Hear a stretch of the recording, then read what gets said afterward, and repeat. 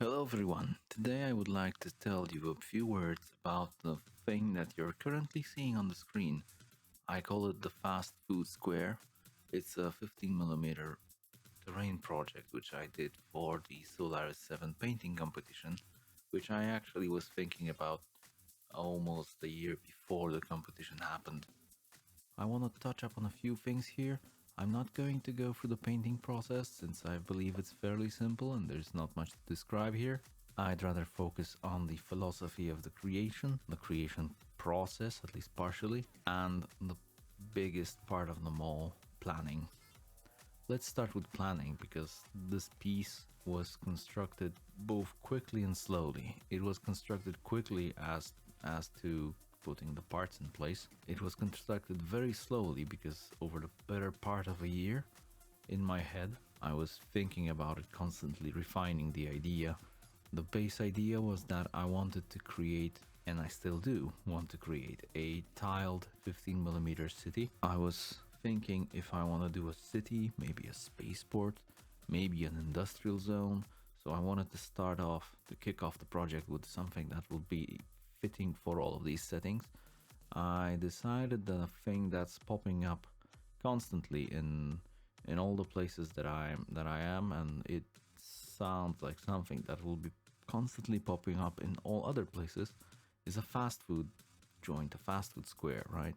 There's a lot of them available now, and people are going to eat in the future, so that fits perfectly.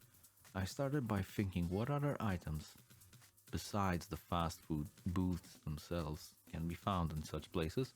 And the first thing that came to my mind is that, well, okay, you buy the food, but there's usually some kind of table, some kind of container in which you can lean on to eat the food. So that's what I want, that's what I followed up with. Hence the big container right in the middle of the square. Right after that, okay, I have a container on which people can lean on to eat the food.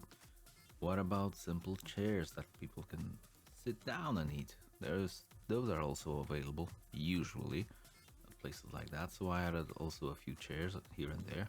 Of course, all kinds of crates to store raw ingredients. That was a nice start, but I was hungry for more. I wanted to give more and more detail. I wanted this piece to show maybe not a story, but I wanted it to fit. I wanted it to be a logical part of the environment.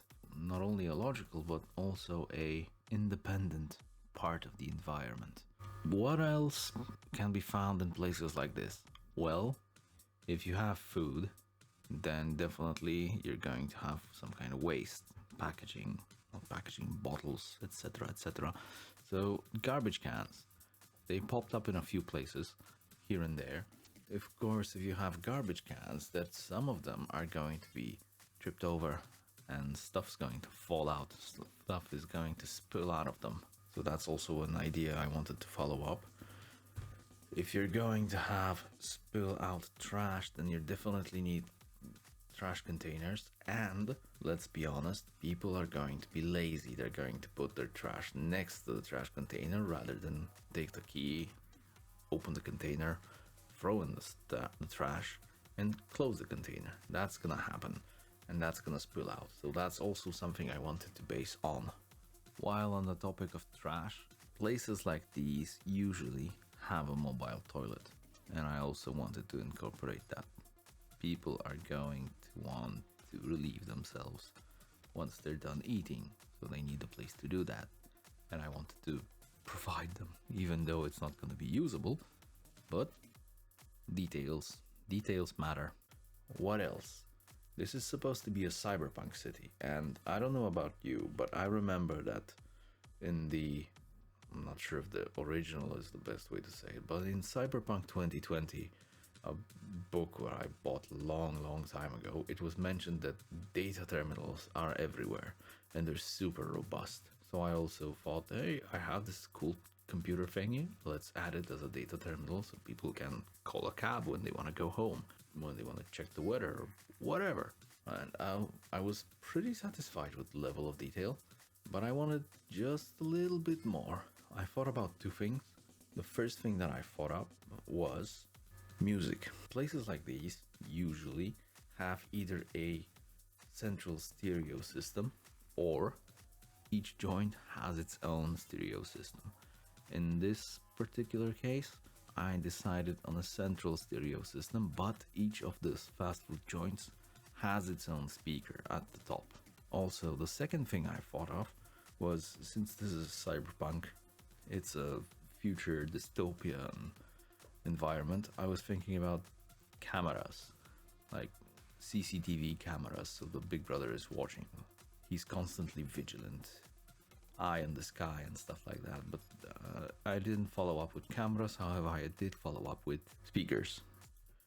When I knew what I wanted and what kind of level of detail I want to achieve, I printed all of these items out. Most of them I already had, but some of them I needed to print out additionally. All of the things that you're seeing now were printed on my FDM printer. It was a long time ago, before I even had a resin printer. I tried several layouts to dry fit them, and one thing that really helped me, which I never did before, was pre-planning of the entire piece. It was really, all of the items were really pre-planned, pre-positioned, and checked if they fit. I took the most common size of the miniature bases that I use, which is either 18mm metal or 18mm plastic transparent bases. And I set everything up so that in every place there's enough space between the items there, between the joints, the chairs, the trash cans, so that you can fit a miniature on it. There's no place on this particular piece where you can't fit a miniature because there's not enough room. That was pre-planned. I'm really happy with that. I never did that before, and I'm embarrassed. It's so basic to do it, and I never really thought about it. I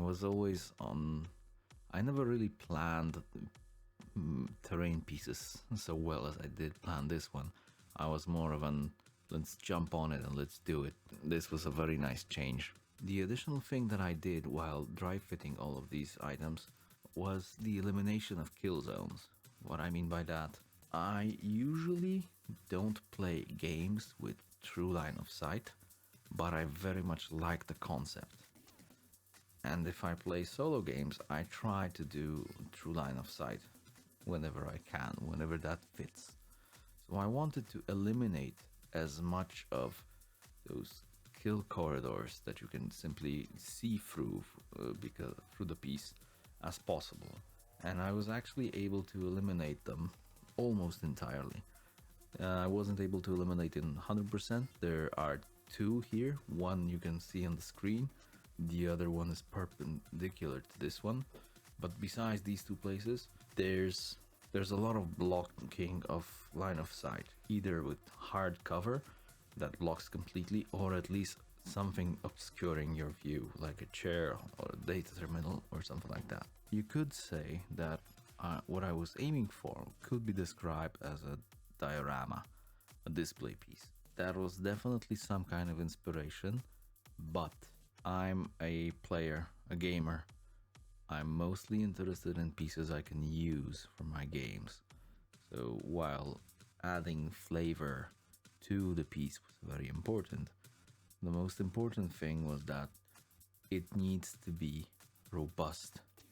I don't want to have outstanding small pieces which can block the way to move miniatures, which can break.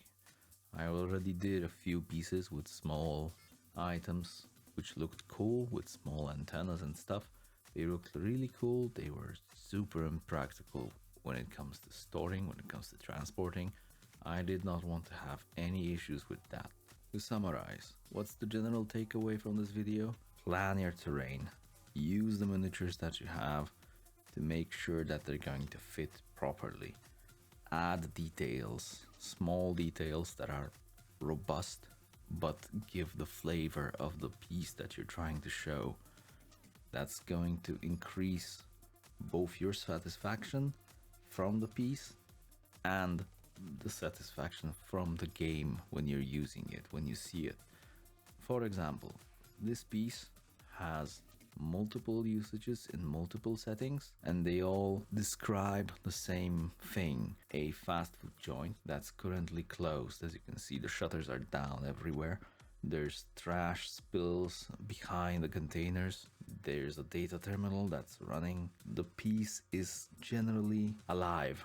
I really like that in a piece. It's not just free containers put in random places and that's my fast food joint. It could be that. It could easily be that. But I wanted to go further. I wanted to take it up into the next level, or maybe 2 levels up. I don't know. Comparing to what I did previously, maybe besides the palettes, which had a similar philosophy. The terrain pieces which I did previously, they were semi-random-ish.